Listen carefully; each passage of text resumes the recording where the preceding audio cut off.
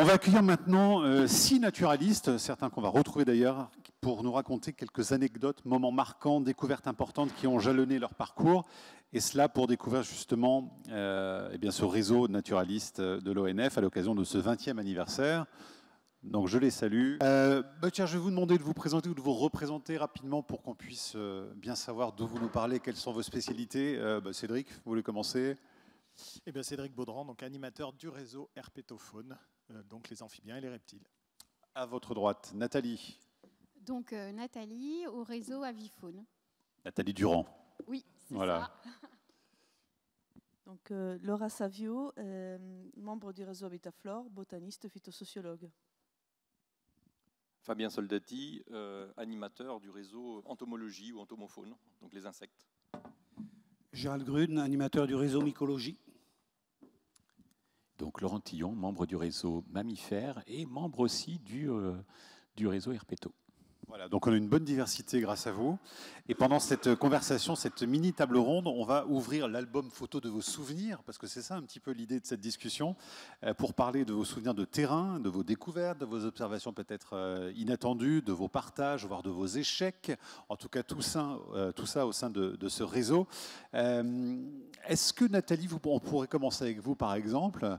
Racontez-nous un petit peu une découverte, par exemple, qui a marqué votre parcours sur le terrain. Est-ce qu'il y en a une à laquelle vous pensez spontanément? Oui, spontanément, ça va être les 2 dernières années. Là, on a eu la chance de faire des inventaires sur un grand camp militaire de 35 000 hectares dans le Var. Là.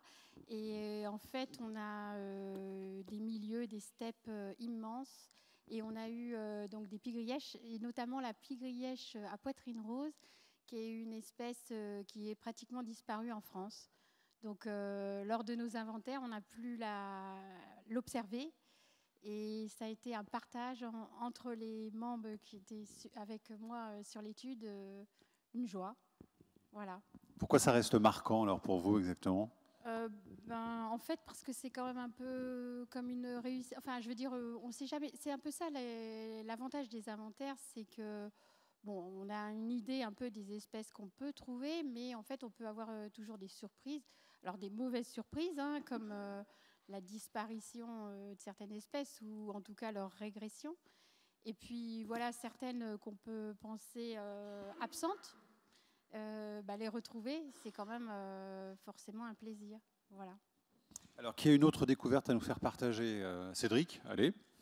Une, mais après j'imagine les autres en ont aussi. Ouais. Non, moi je pense à une des missions qu'on avait fait en forêt d'exception, alors c'est un label ONF, mais forêt d'exception bassin d'Arcachon, sur les territoires de notre directeur adjoint du côté de Bordeaux. Et en fait on avait fait une mission sur 3 ans d'inventaire amphibiens et reptiles. Et dès la première année, assez vite, on avait dit aux collègues de terrain que du coup dans la forêt il n'y avait pas énormément de mares alors qu'il y avait du potentiel. Et ni une ni deux, ils ont créé des mares dans l'hiver qui a suivi. Et l'année d'après, on découvrait, donc, on faisait l'inventaire de ces mares et on a trouvé une des espèces qui s'appelle le Pélobate cultripède. Pas forcément un nom très très joli. Et on le trouvait dans ces mares alors que du coup, il était donné plusieurs dizaines de kilomètres plus haut. C'est un amphibien? Et c'est un amphibien, oui, pardon. C'est un crapaud. Et enfin, la grande famille des crapauds. Et voilà, ça a permis de valider une maille, d'ailleurs, de l'association Cistude Nature qui suit un peu tout l'atlas herpétologique là-bas. Et donc on m'a dit, non, ça valide une nouvelle maille 10 km sur 10 km. Et donc c'est à la fois un bon souvenir parce que c'est une découverte, effectivement, mais c'est aussi que ça mettait vachement en avant le travail des collègues de terrain. C'est-à-dire qu'on était un peu dans l'action, mais juste avec la création d'une mare. C'est ça, et puis ça raconte la rapidité aussi du processus quand même. Oui. Dès lors qu'il y a un bon environnement, un bon écosystème, en fait les espèces, elles déboulent assez rapidement. Voilà, on ne savait pas si l'espèce était présente localement, arrivait à survivre, on ne sait pas comment, ça peut vivre plus de 10 ans. Donc est-ce qu'elle était là et puis il y avait une zone humide qui s'était refermée et on a juste réouvert. Ou est-ce que l'espèce se déplace finalement assez rapidement? On sait que les jeunes essaiment assez rapidement, mais les adultes, c'est un peu plus compliqué. Combien de mares là, vous aviez créé? Là, il avait créé 6 mares sur le littoral et ça avait permis de découvrir cette espèce. Du côté de la mycologie, Gérald Grune. Oui, quand on va chercher les champignons, récolter les champignons sous les tropiques, c'est pas rare de trouver des espèces nouvelles. Un champignon sur 3 est nouveau pour la science. Mais moi, Un champignon sur 3 est nouveau pour la science. Ah c'est oui, ce que quand vous nous dites récoltez un champignon sur 3, il n'a pas été décrit par un mycologue. Ah oui, donc c'est fastoche, quoi, quasiment. Ah non, c'est très difficile parce que j'en ai il y environ a qu'à se 1000 pencher, non, pour... j'en ai environ 1500 dans mon herbier et j'en ai décrit que 18. Oui, ben vous ne en- plaignez en pas 20 quand même, ans. vous avez de la matière. Non, mais en fait, moi, j'ai dans la tête cette image, ça a duré un quart de seconde. Je reviens, je suis tout seul dans mon labo devant mon microscope, je mets les champignons sous le microscope, je regarde, et j'étais sûr que c'était nouveau. C'est-à-dire que d'un coup, quand on est expert, on voit à peu près la limite de ce qui est connu. D'un coup, comme ça, en un quart de seconde, et j'ai fait un saut de 2 mètres à un endroit, enfin dans l'inconnu, on pourrait dire, c'est-à-dire un endroit qui était inconnu de l'homme. Voilà. Grâce à une exploration dans l'infiniment petit. Et c'est marrant parce que la caractéristique de ce champignon-là, c'est qu'il a des spores en forme de bouteille de Coca-Cola. Les dieux sont tombés sur la tête. Voilà. Bon, c'est moins polluant que le coca quand même. Hein. Ouais, c'est ça, mais bon, voilà. Donc c'est beaucoup mieux. Donc vous êtes un peu le Christophe Colomb des champignons, quoi. On est plusieurs, hein, oui. Et alors, ça vous donne toujours autant d'émotions finalement, la découverte de nouvelles espèces, même si on le comprend, c'est assez commun finalement. C'est pas commun, mais parce que ça demande un gros travail. Mais oui, c'est toujours. En fait, c'est un sacré moteur pour moi. C'est un moteur incroyable. C'est que ces petits moments-là, ils nourrissent le moteur pour développer une énergie colossale, pour monter des projets, voilà. Ça élargit énormément le champ du vivant aussi. Ça devient vertigineux finalement de découvrir autant d'espèces. Oui, ça fait peur. C'est même terrifiant parce qu'on voit la tâche qu'il reste à accomplir.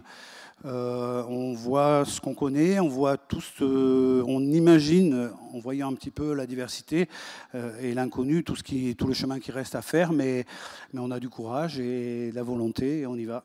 Et cette espèce en particulier dont vous nous parlez, l'Anguillane, elle a quel nom ? Ah oui, alors ça c'est très drôle parce qu'à l'époque j'avais dit à Jennifer qui dirigeait la réserve, je lui ai dit le premier champignon que je décris, c'est toi qui choisis le nom. Et alors elle choisit Marguerite de Laval. Bon, moi j'imaginais que c'était une vieille dame. Parce que c'était elle qui a... J'ai dit, pourquoi Marguerite de Laval ? C'est elle qui a créé la réserve ou Donc moi, je voyais une vieille dame à la retraite depuis longtemps. Et puis, paf, un jour, je vois un mail dans la liste de diffusion de l'ONF. Ah, elle est encore à l'ONF. Et puis, maintenant, elle est directrice de l'agence en Lozère qui héberge mon bureau, quoi. Donc, c'est rigolo. Quand elle est arrivée, comme accueil, je lui ai mis son champignon sur la table. Ah, c'est bien, c'est chic quand même. Hein. C'est un peu classe. Ouais. Ah oui, c'est classe, ouais, ça le fait. Et elle est membre du réseau mammifère aussi. Ouais. Et est-ce que vous avez un champignon qui porte votre nom ? Non, parce qu'en fait, on ne se donne pas des noms soi-même. Donc moi, peut-être qu'un jour, un collègue m'offrira cet honneur. Ah ben, petit message. Voilà. On ne peut pas le faire pour soi-même. Je crois que ça lui ferait présomptueux. plaisir, si vous pouvez faire passer le message. Laura Savio, est-ce que du côté de la flore, on peut faire des découvertes importantes aussi, ou est-ce que c'est plus compliqué avec les fleurs ? Avec la flore, pardon. La flore, c'est un domaine qui est largement exploré. Notamment, il y a plein d'acteurs qui interviennent sur la flore. Je pense notamment les conservateurs botaniques nationaux qui ont un rôle assez important sur l'acquisition de connaissances sur les plantes et leur conservation. Après, ça dépend du domaine de la flore aussi. C'est-à-dire les plantes vasculaires, c'est les plantes qu'on connaît tous, les plantes qui font des fleurs. C'est les plus largement étudiées et connues. On peut avoir des surprises en France métropolitaine, mais c'est assez limité. En général, c'est plutôt à l'échelle d'une sous-espèce ou d'une variante locale. Dans l'outre-mer, je pense qu'il y a très peu de gens qui vont explorer, donc on peut avoir un peu plus de découvertes. Et sinon, il y a deux domaines où on a moins d'experts et moins de gens qui creusent, notamment ceux qui touchent au lichen et aux mousses, donc la bryologie. Et c'est surtout dans ce domaine qu'on fait des découvertes. En bryologie, j'ai notamment l'exemple d'une évolution des connaissances sur une espèce qui est protégée au niveau européen, la Buxbaumie, où on pensait que c'était une espèce inféodée au bois pourrissant dans les forêts de montagne, notamment résineux. et qu'on pensait qu'elle était vraiment limitée à un secteur très restreint dans les espaces montagnards. Et au final, avec l'acquisition de nouvelles connaissances et de méthodes d'observation, on a découvert qu'une espèce qui est plutôt diffusée sur un territoire beaucoup plus large, sous la forme de propagules. En fait, on voit juste des agglomérats des cellules qui ressemblent à rien du tout. Il faut avoir l'œil de l'expert pour savoir le reconnaître. Et quand on a commencé on a été formé pour savoir reconnaître ces agglomérats des cellules, et on a commencé à observer un peu partout, et on a découvert que cette espèce qu'on pensait qui était à une diffusion très restreinte dans le territoire français, en réalité, elle est beaucoup plus présente dans le territoire. Seulement que jusque-là, avec les connaissances qu'il y avait avant, on se limitait à regarder l'apparition du gamétophyte, c'est-à-dire l'organe qui permet la reproduction de cette espèce, qui est visible dans une période de temps très restreinte, et parfois on a des phénomènes d'éclipse parce qu'il y a des conditions microclimatiques qui font que on n'a pas la reproduction sexuelle, et du coup l'espèce elle peut ne pas être revue.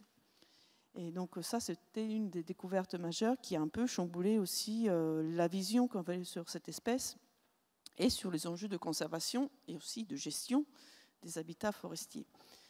Donc ça, je pense que c'était une des plus grandes découvertes. Après, on a plutôt des petites découvertes. Je peux citer une station de dicrane vert, qui est une autre mousse protégée au niveau européen, qui était signalée à Fontainebleau dans un secteur, dans une réserve biologique intégrale, que pendant des années, ça n'était plus resignalé.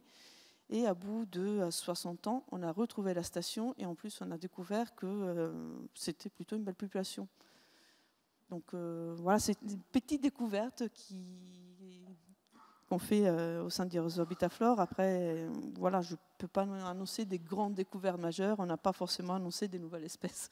Est-ce que, pour vous en tout cas, il y a une importance particulière à intégrer un réseau naturaliste ?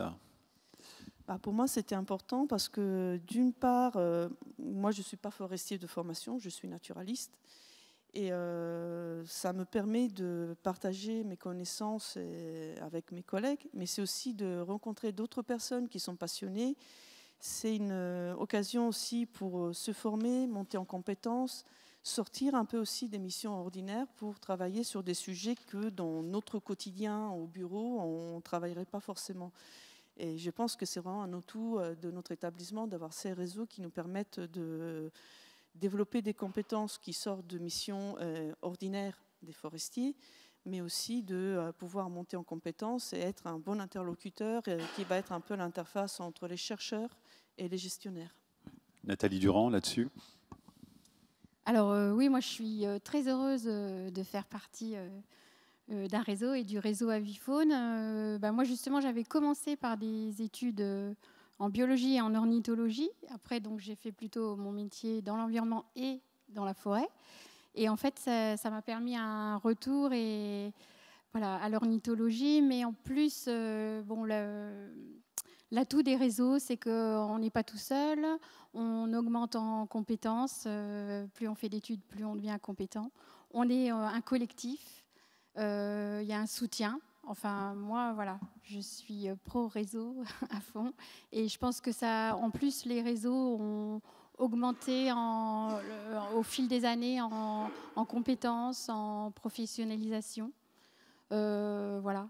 On est reconnu même par moi, j'ai eu des professeurs en ornithologie quand j'ai débuté, Bernard Frochot, pour le nommer. Et je sais qu'il avait été invité à une rencontre nationale Avifaune, et il avait quand même justement vraiment affirmé qu'il était impressionné par tout ce que faisait notre réseau Avifaune en nombre d'études et en compétences d'études. Cédric, et puis après on passera à Fabien et puis à Laurent. Ce qui est quand même frappant depuis ce matin, dans tout ce que vous nous décrivez, c'est quand même, on voit bien que vous êtes aux avant-postes de l'observation de la crise écologique dont on parle tous les jours, cette crise de la biodiversité, avec parfois même des effondrements de population qui sont assez spectaculaires. Est-ce que, d'abord, qu'est-ce que vous ressentez en tant que chercheur par rapport à vos observations sur l'état de la biodiversité ? Est-ce que le fait de faire partie d'un réseau aussi, ça peut vous aider entre guillemets, à le vivre mieux? Alors, la première question, effectivement, sur les suivis et les tendances et ce que nous, on constate sur le terrain, je continue de penser que côté forestier, alors il faudra qu'on l'affine avec les suivis, comme on le disait, mais côté forestier, quand on fait les inventaires, notamment sur les amphibiens, enfin, mon groupe taxonomique, il y a des choses qu'on ne perçoit pas, c'est-à-dire que je considère que les forêts sont assez riches, enfin, les inventaires que l'on fait dans certaines forêts, alors c'est les forêts qui nous sollicitent ou les réserves biologiques, donc peut-être déjà c'est des forêts un peu particulières. Et donc, si on revient sur les programmes de suivi, c'est tout leur intérêt, c'est vraiment d'enlever ce côté ressenti que l'on peut avoir, nous, avec notre pratique, et donc d'avoir vraiment ces suivis de tendance. Voilà. Moi, sur les inventaires que l'on fait dans les réserves biologiques, j'aurais tendance à dire non, sur les amphibiens, globalement, on a souvent le cortège d'espèces que l'on trouve dans le département, voilà, plus ou moins certaines espèces un peu spécialisées. Enfin, là, ce que vous avez montré, c'était quand même des tendances à la baisse. Voilà. Hein. Mais ça, c'est les tendances nationales. Ouais. Et c'est des tendances nationales. Après, on regarde sur les tendances forestières qui comprennent toutes les forêts.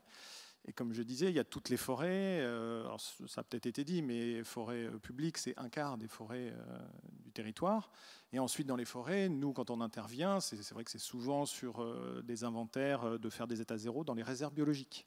Donc, c'est encore un autre petit compartiment de ces forêts. Donc c'est bien à ça que servent tous ces programmes nationaux qui englobent plein de choses.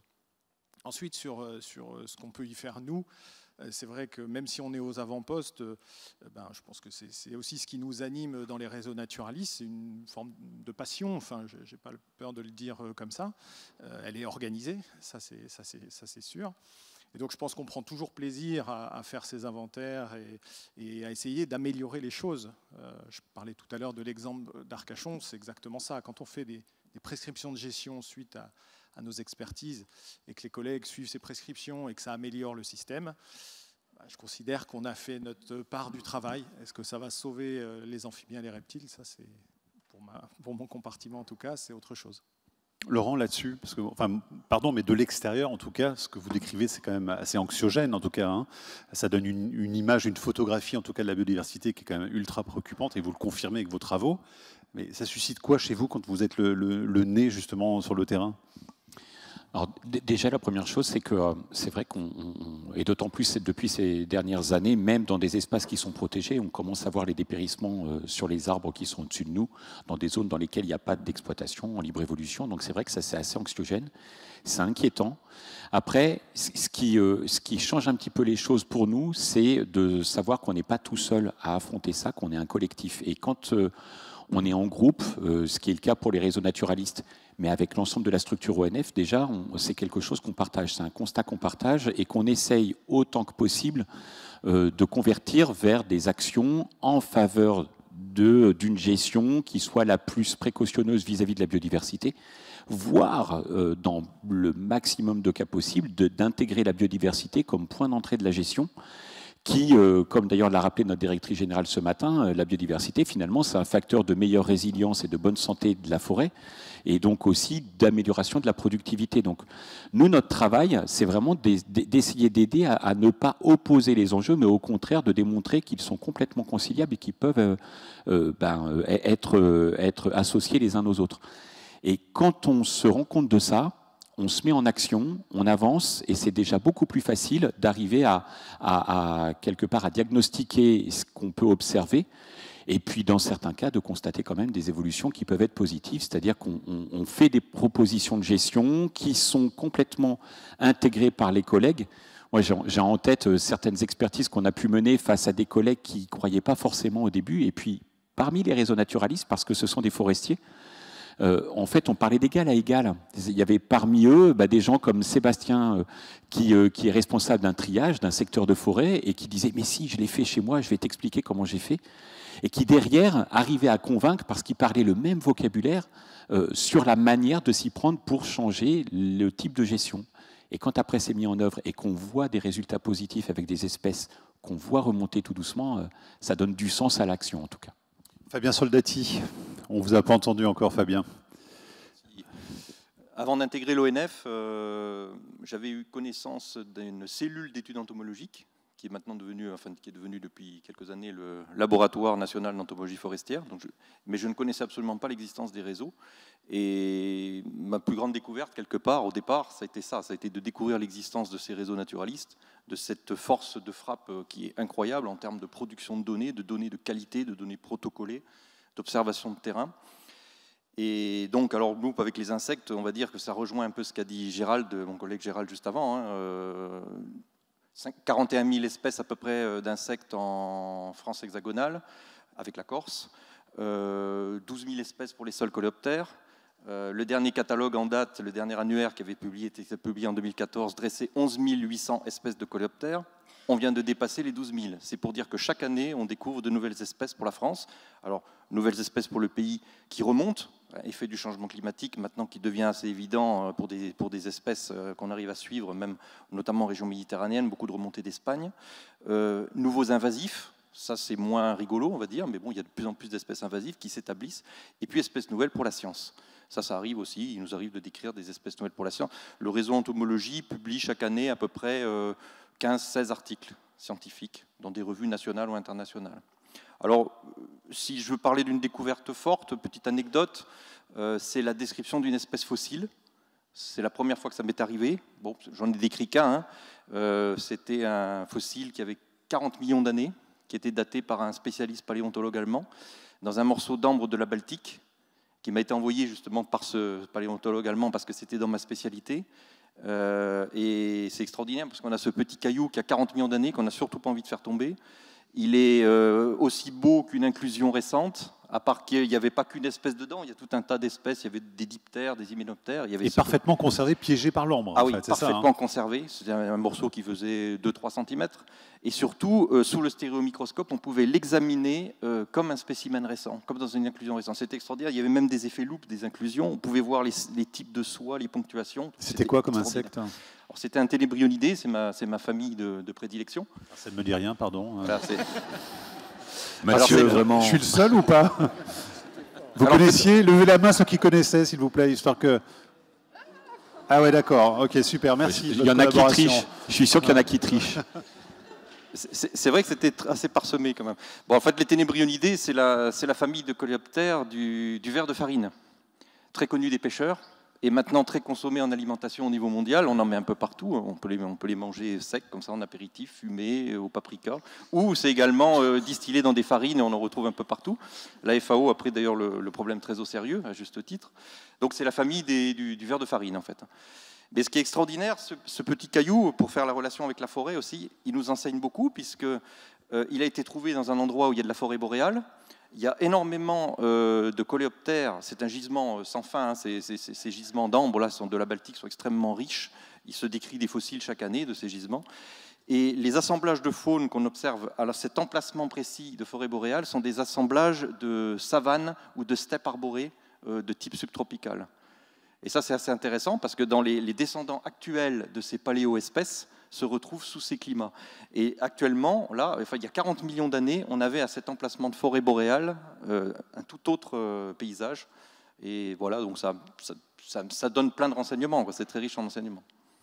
Et donc pour vos apéros réussis, vous invitez Fabien Soldati, hein, puisqu'il a toujours de bonnes idées.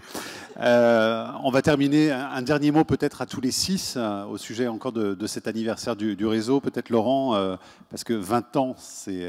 Vous le disiez vous-même hein, en préparant ça, c'est une sacrée aventure quand même. Oui, c'est une sacrée aventure. Il faut imaginer au tout début, quand a émergé l'idée de créer ces réseaux naturalistes, ça venait du fait qu'il y avait beaucoup de forestiers qui étaient naturalistes, qui étaient des curieux de nature et qui faisaient des observations naturalistes qui n'étaient pas valorisées à l'ONF, qui allaient vers les associations naturalistes, et tant mieux, ça profitait à la communauté. Mais à un moment donné, nous est venue l'idée de rassembler ces personnes, de leur donner le moyen de se rencontrer et quelque part de partager les compétences et les connaissances qu'ils avaient indépendamment les uns des autres. Et petit à petit, en se réunissant, eh bien, ces réseaux, ils ont eu des moyens, ils ont monté en compétences. Moi, je me souviens, pour la discipline que j'anime, hein, les mammifères, en particulier les chauves-souris, c'est un peu ma spécialité. Pour les chiroptères, au tout début de la création du réseau, on avait, il y a 20 ans, quasiment aucune connaissance sur le lien entre les chauves-souris et la forêt, et encore moins avec la gestion forestière. Et il a fallu qu'on invente les méthodes, il a fallu qu'on teste sur le terrain, parfois on s'est cassé les dents, dans certains cas ça marchait. Il y a eu de très très belles découvertes qui ont créé une émulation au sein du groupe et petit à petit on est monté en connaissances et en compétences. Et puis aujourd'hui, on fait référence au niveau national, voire même en Europe, on est sollicité régulièrement pour des avis d'experts qu'on partage avec un consortium de scientifiques qui travaillent sur le lien avec la forêt. Et puis, vraiment, je le disais tout à l'heure, l'une des grandes particularités, c'est qu'on s'est attaché dès le début à garder le lien avec la gestion forestière. Parce que c'est bien parce qu'on est gestionnaire forestier pour beaucoup d'entre nous qu'on est capable de convertir les observations naturalistes qu'on réalise en termes de gestion forestière et qu'après c'est repris dans la gestion. Et ça n'existe nulle part ailleurs, en France ou en Europe. Donc c'est quelque chose d'assez unique, voilà, qu'il est précieux de conserver. Gérald, un petit mot pour la fin. Pour moi, cette expérience dans les réseaux, c'est une série de défis. On les prend, on nous donne les moyens de les relever, et puis on y arrive. Et ça, c'est gérant parce qu'on se sent utile. Voilà. Fabien. Moi, je voulais insister un peu sur ce que vient de dire Laurent, sur la reconnaissance des réseaux au niveau national, mais même international. Parce que ce soit pour l'espèce dont a parlé Gérald ou l'espèce fossile dont j'ai parlé, c'est bien la reconnaissance internationale, c'est des collaborations internationales qui nous permettent de... Enfin, c'est parce qu'on est connu internationalement par rapport à ce qu'on fait, à travers notre activité, qu'on peut être invité à des collaborations de ce niveau-là. Laura Savio. Je pense que le gros a été dit. Après, voilà, moi je trouve que c'était une belle aventure, ces 20 ans de constitution des réseaux, qui a créé une petite famille au sein de l'ONF, où souvent, je vois, on a des échanges entre collègues du même réseau. Quand on a des questions qu'on n'arrive pas à trouver la réponse au niveau local, on pose la question aux collègues du réseau, on trouve toujours quelqu'un qui peut répondre, et ça fait aussi une force, même au-delà des activités du réseau, parce que finalement... les différents réseaux naturalistes sont devenus une référence pour toute question qui se pose sur la prise en compte de la biodiversité dans la gestion des forêts. Nathalie Durand. Oui, pareil, je rejoindrai mes chers collègues pour dire qu'en effet, en partageant entre les membres du réseau et même d'autres interréseaux, on arrive à proposer des meilleures gestions. Et souvent, justement, des gestions qui existent déjà justement en France et qu'on peut peut-être réaliser ailleurs. Et puis Cédric, vous avez la lourde tâche du mot de la fin. Bon, évidemment, j'adhère aussi à tout ce qui vient d'être dit, l'expérience des réseaux, la montée en compétences, la passion qui les anime, le fait aussi qu'effectivement, au sein de l'établissement, on nous fait confiance sur ces sujets-là. Je pense que mes homologues animateurs s'associeront avec moi pour remercier en tout cas les membres des réseaux naturalistes, parce que je crois qu'on ne l'a pas fait jusque-là, et que je pense que c'est la bonne phrase de fin, en tout cas pour moi, de les remercier pour tout le travail qui a été fait durant ces 20 années. Donc vous pouvez les applaudir et vous applaudir également. Voilà, merci beaucoup en tout cas.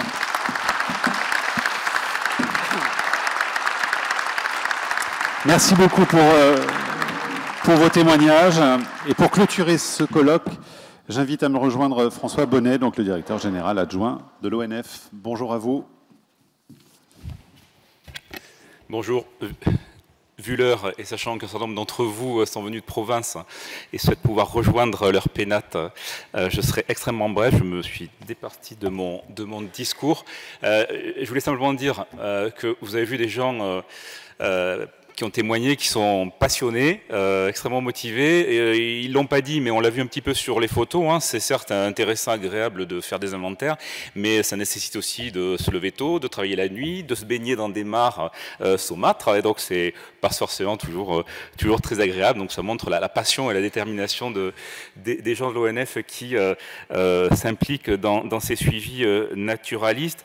J'ai noté aussi qu'il a fallu 20 ans pour organiser le premier colloque. Donc c'est là aussi le signe que nos forestiers, ils sont assez discrets sur le travail qu'ils produisent dans ce domaine comme dans d'autres, et qu'il serait important de faire connaître au-delà du public de cette salle, au-delà des murs de l'amphithéâtre Wernicke, tout ce qui s'est dit ici. Je crois qu'on a été filmé, que les travaux ont été filmés. Donc on compte sur nos services de la communication pour diffuser largement sur les réseaux sociaux et faire connaître tout le travail riche qui qui est produit par les naturalistes de l'ONF. Je voulais remercier tous les participants, contributeurs. On a bien compris que ce travail-là, ce n'était pas que le travail des forestiers, c'était un travail avec de nombreuses associations, de nombreux établissements publics, des organismes de recherche, des organismes scientifiques.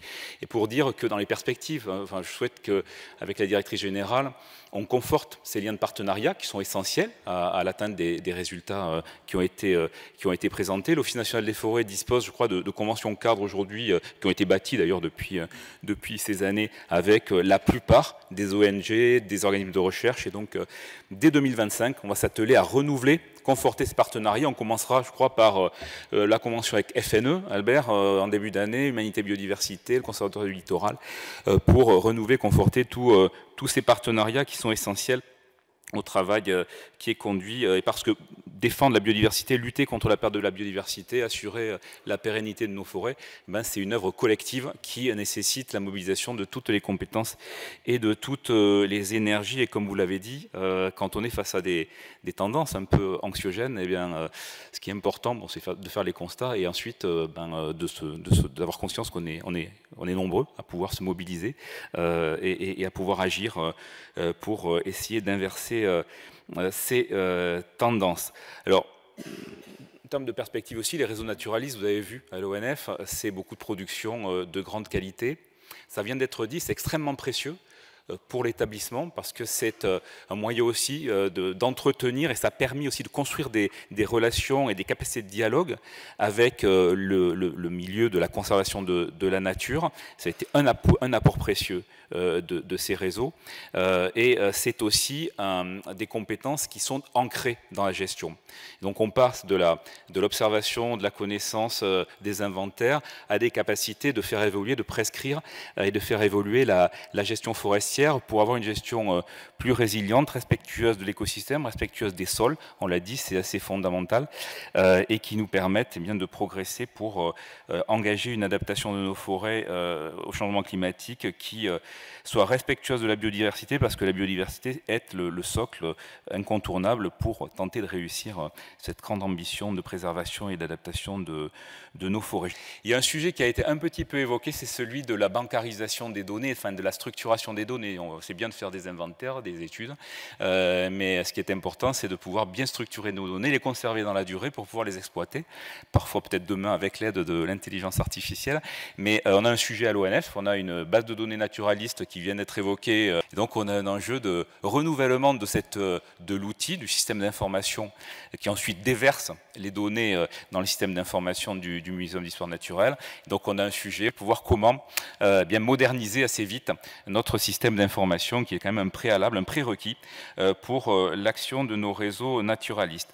Perspective aussi, naturellement, on a la préparation du prochain COP, contrat d'objectifs de l'ONF, qui sera préparé en 2025, comme l'a dit la directrice générale, pour la période 2026-2030. On a bien l'ambition, parce que c'est un sujet, on l'a vu, essentiel pour raisonner la stratégie d'adaptation qui sera au cœur des objectifs de l'ONF pour le prochain COP. On a besoin des apports des experts naturalistes et de tout le travail qui est mis en œuvre, et donc on a bien l'ambition de consolider, de conforter les capacités de travail de notre réseau en créant un véritable pôle de compétences, donc conforté en la matière, avec une brique de surveillance de la biodiversité qui contribuera au dispositif de surveillance piloté par l'OFB, qui sera consolidé à travers des quelques perspectives qui ont été présentées par nos têtes de réseau. Et je pense, pour terminer là-dessus, on a beaucoup, dans la période passée, grâce à la mission d'intérêt général biodiversité à l'ONF, créé un réseau d'aires protégées, des aires biologiques. Il y en a plus de 250 et on va encore en créer dans les années à venir. On a beaucoup investi un certain nombre de PNA, notamment sur des espèces qui sont essentielles au bon fonctionnement des écosystèmes forestiers ou qui sont spécifiques au milieu forestier. Le grand chantier de demain, ce sera la mise en œuvre du règlement restauration de la nature au travers du plan de restauration de la nature que l'État français va élaborer d'ici la fin de l'année.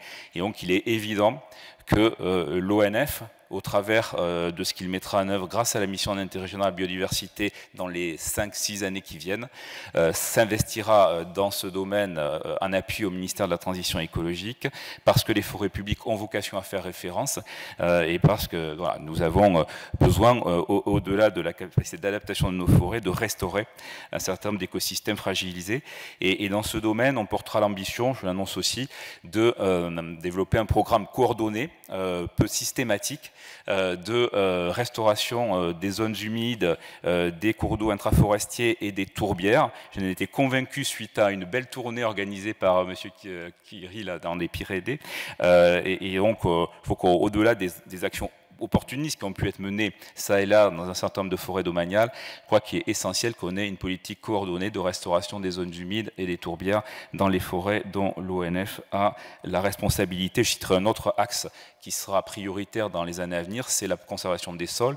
On a vu qu'à la fois on a besoin de maîtriser l'impact de nos exploitations sur les sols, et on souhaite, et on a vu l'importance des sols et toutes les interactions des espèces qui interviennent, y compris les micro-mammifères, on a vu, sur la qualité et la structure des sols. Et bien, et quand on sait que le sol, notamment la capacité de la réserve utile des sols est essentielle pour assurer la pérennité de nos forêts, on aura aussi un axe très important qui aura vocation à s'inscrire dans le plan national d'action que les ministères mettront en consultation prochainement. Donc voilà pour donner quelques perspectives aux travaux qui ont été menés de façon persévérante depuis 20 ans.